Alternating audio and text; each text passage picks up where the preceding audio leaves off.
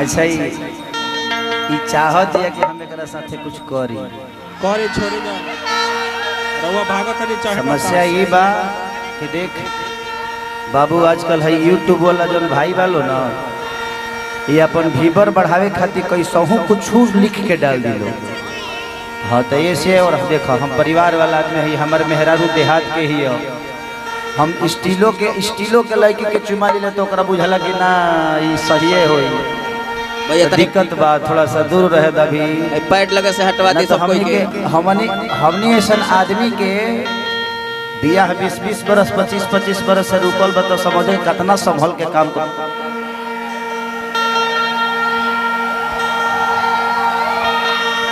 अच्छा ये हमारा का छुआ तेरे से तो तहार लोग का मिलता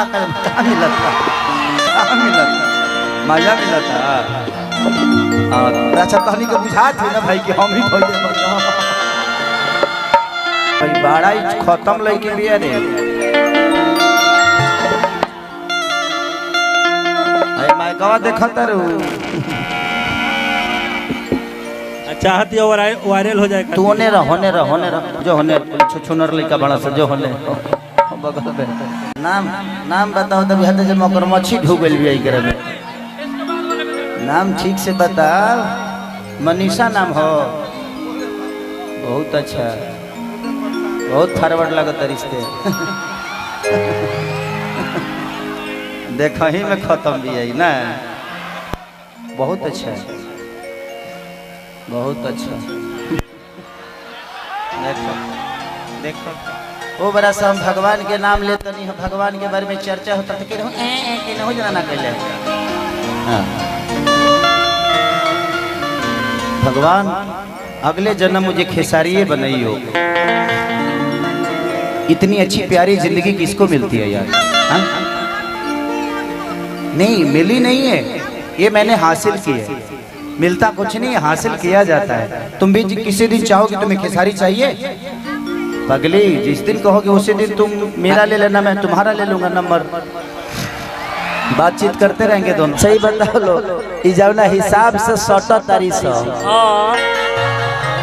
अगर हम गलती से विधायक हो गए रहती तो तू लोग क्या सोचता। जब विधायक के गड़बड़ बताओ विधानसभा का इतना गड़बड़ तो रवि भैया के हिया छुओ तनी तो उनका दिक्कत रहे। आ तू तो कमर के नीचे ही छू दे। अब सोचा हमारा कितना दिक्कत होई। ई पुत्रवती होकर के फेरा में बिया। ये कुछ धा के ऊपर आवल चाहती है। अरे साला हम नाहियो चाह के वही जी चल जाते कि दिल में बात बावे हो। हेलो अरे आई कौन घुमावला सर आई कौन घुमावला सर। ए बाबू इसको घुमा दो किधर। हेलो हाँ ठीक है वाह बहुत अच्छा। तू साइड में कहने खुरा तू बीच में रह तेहू चाहत तरी हमरा के ना।